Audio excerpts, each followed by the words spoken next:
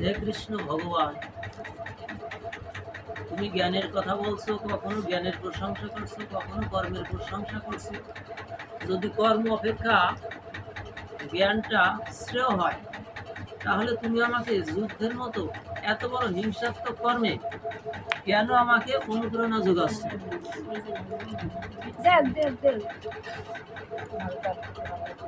যুদ্ধের মতো এত বড় হিংসাত্মক কর্ম কেন আমাকে করতে হবে? তোমার কথায় তোমার মিশ্র কথায় আমার মন মোহিত হয়ে পড়ছে, কিন্তু কি করলে আমার হিত হবে, আমার মঙ্গল হবে, সেই উপদেশটা তুমি আমাকে। কৃষ্ণ ভগবান বললেন, হে অর্জুন,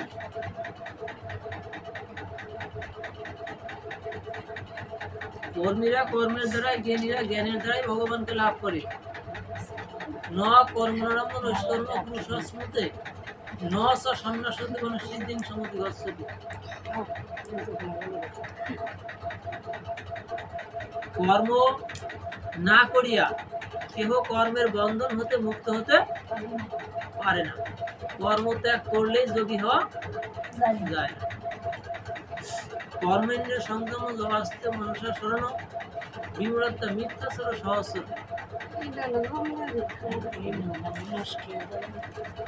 কেউ কেউ আছে কর্ম ইন্দ্রিয়গুলিকে সংযম করেছে, কিন্তু তার মন সে বশীভূত করতে পারেনি। মনসংযম এখনো হয় নাই, মনকে সংযম করতে পারেনি। কর্মের সংযম করে মনে মনে বিষয়রূপ বাসনা তার আজও যায়নি। সে বাহিরে একটা পরিবেশ ধরেছে, বেশভূষায়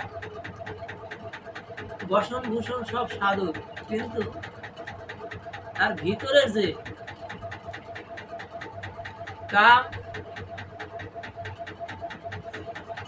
কামনা বাসনা এগুলি আজও দূরীভূত হয় নাই।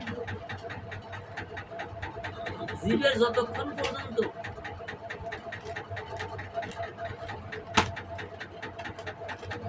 লোভ লালসা কামিনী কাঞ্চন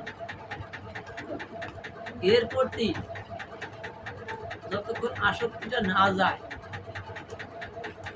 ততক্ষণ পর্যন্ত তার ভগবত প্রীতিটা আসে না। সে ইন্দ্রিয় সংযম করছে, কর্ম ইন্দ্রিয়, কিন্তু তার মন বিষয় দ্বারা আস্বাদিত। অর্থবিত্ত বিষয় বৈভবের লোভ একটু সামলাতে পারেনি।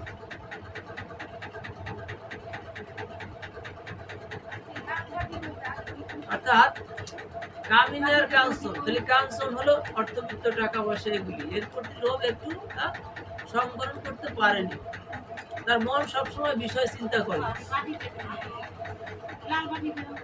আবার কামিনীতেও সে কখনো কামিনীর প্রতিও তার আসক্তি কমেনি আজও। তাহলে এই বহিরাঙ্গ বেশ ধরে ভগবৎ চরণ প্রাপ্তির সম্ভাবনা ছিল।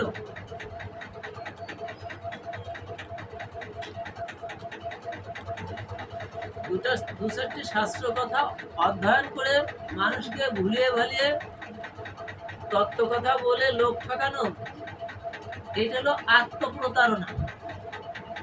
কৃষ্ণ ভগবান বললো যে এটা হলো নিজের সাথে নিজে প্রতারণা করছে।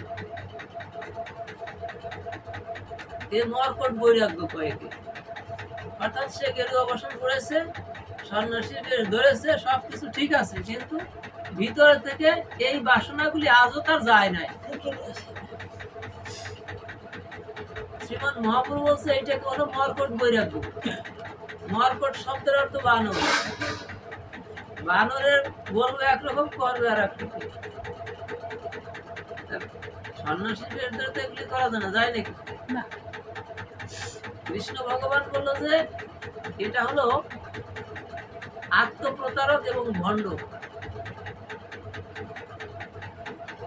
এরা যদি এই ভিতরে লোভ লালসা এইগুলিকে সংযত না করে মনকে সংযত না করে মনকে যখন সে কৃষ্ণ উন্মুখী করবে, মন যখন কৃষ্ণ কথা বলবে, মন যখন কৃষ্ণময় হবে, মন যখন কৃষ্ণ ভাবনার ভিতর সে ডুবে পড়বে, তখন বহিরাঙ্গ বেশ কি থাকলো না থাকলো ওতে কিছু আসে যায় না।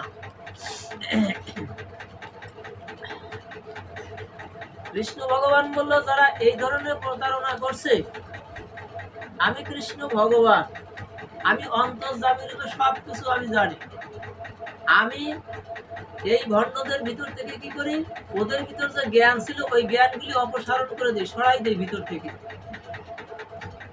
আর ওদের ভিতরে যে এই প্রতারণা ভাবটা আছে, এক সময় আমার মায়া শক্তি দ্বারা এইটাকে আমি মানুষের মাঝে প্রকাশ